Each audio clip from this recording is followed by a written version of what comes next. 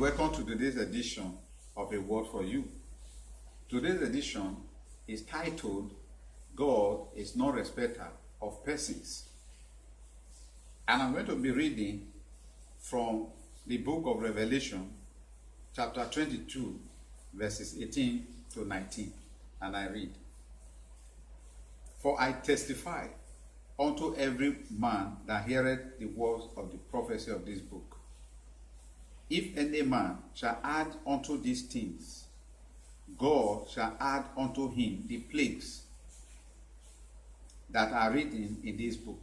19. And if any man shall take away from the words of the book of this prophecy, God shall take away his part out of the book of life, and out of the holy city, and from the things which are written in this book. So the portion I just read, viewer, is saying that the gospel should not be preached with enticing words of man's wisdom. It is a call to do what is right and not what is acceptable, because what is acceptable may not be the right thing. Deviation from the truth has caused individuals, organizations, and countries problems. So if you look at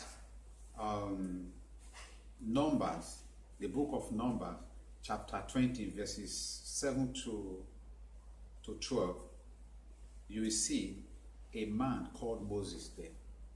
Moses was the man that God used to face Pharaoh, to let his people go. See, to face Pharaoh, he was the one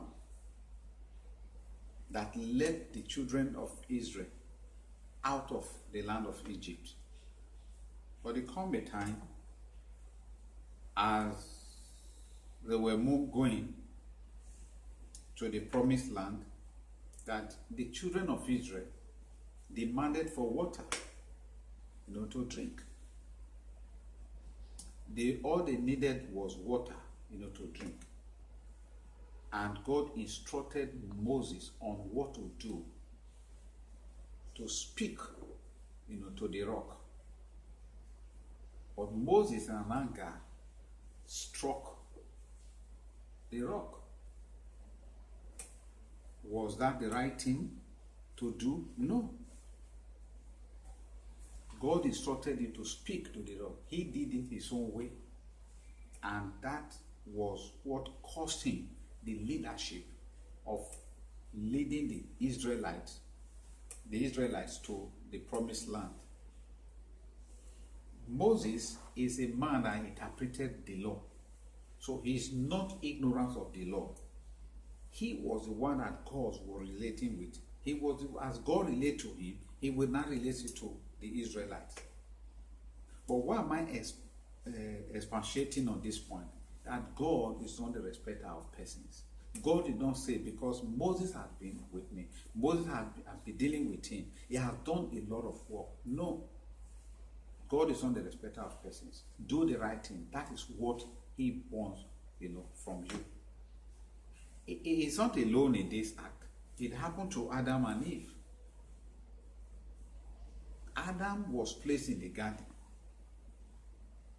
and was instructed on what to eat while he was there.